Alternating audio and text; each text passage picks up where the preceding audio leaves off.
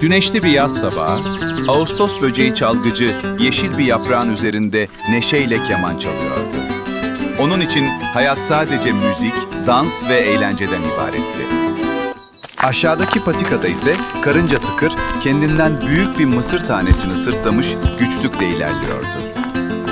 Çalgıcı gülerek, "Hey Tıkır, gel beraber şarkı söyleyelim," dedi. Tıkır yükünü bırakıp yorgun ama kararlı bir şekilde arkadaşına baktı.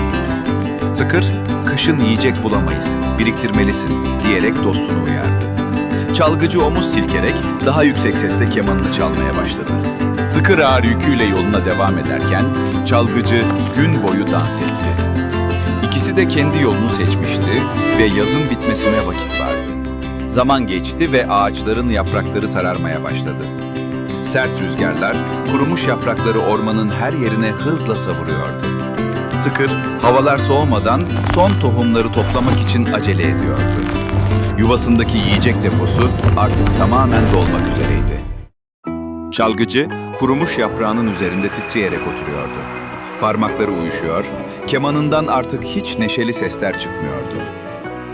Gökyüzünü gri bulutlar kapladı ve şiddetli bir yağmur başladı. Çalgıcı sığınacak bir yer ararken her yeri sırılsıklam olmuştu.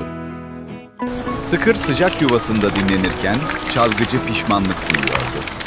Tıkır'ın neden bu kadar çok çalıştığını şimdi daha iyi anlıyordu. Kış sonunda geldi ve bembeyaz kar tüm ormanı kapladı. Artık ne bir çiçek ne de yenecek tek bir yeşil yaprak bile kalmamıştı. Çalgıcı dondurucu soğukta sığınacak bir yer bulamıyordu. Karnı çok acıkmıştı ve artık şarkı söyleyecek hali hiç kalmamıştı. Buz tutan kemanının telleri rüzgarda acı acı inliyordu. Çalgıcı yazın Tıkır'ın söylediklerini hatırlayıp büyük pişmanlık duydu. Çalgıcı son bir gayretle Tıkır'ın yuvasına doğru yürüdü. Her adımda kara saplanıyor, rüzgara karşı durmakta çok zorlanıyordu. Nihayet yuvanın kapısına ulaştığında gücü tamamen tükenmişti. Titreyen elleriyle kapıyı çaldı ve çaresizce yardım bekledi.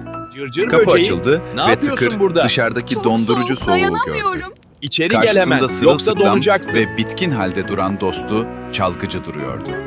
"Lütfen beni içeri al dostum," dedi çalgıcı titrek bir sesle. "Çok üşüdüm ve günlerdir hiçbir şey yemedim. Bana yardım et lütfen." Karınca Tıkır arkadaşının bu haline dayanamadı ve onu hemen içeriye davet etti. Yuvanın içi dışarının aksine sıcacık ve mis gibi yemek kokuyordu. Tıkır hemen bir kase sıcak çorba ve taze tohumlar getirdi. Çalgıcı yemekleri yerken yavaş yavaş kendine gelmeye başlamıştı. Isınan çalgıcı, "Sen haklıydın Tıkır, çok hatalıydım," dedi üzülerek. Tıkırsa gülümseyerek dostunun omzuna nazikçe dokunup teselli etti. Bütün kışı beraber geçirdiler. Tıkır her şeyi tek tek öğretti. Çalgıcı ise akşamları karıncalara en güzel bestelerini çaldı. Çalgıcı Çok artık güzel dostlarını çalıyor. mutlu etmek için keman çalıyordu.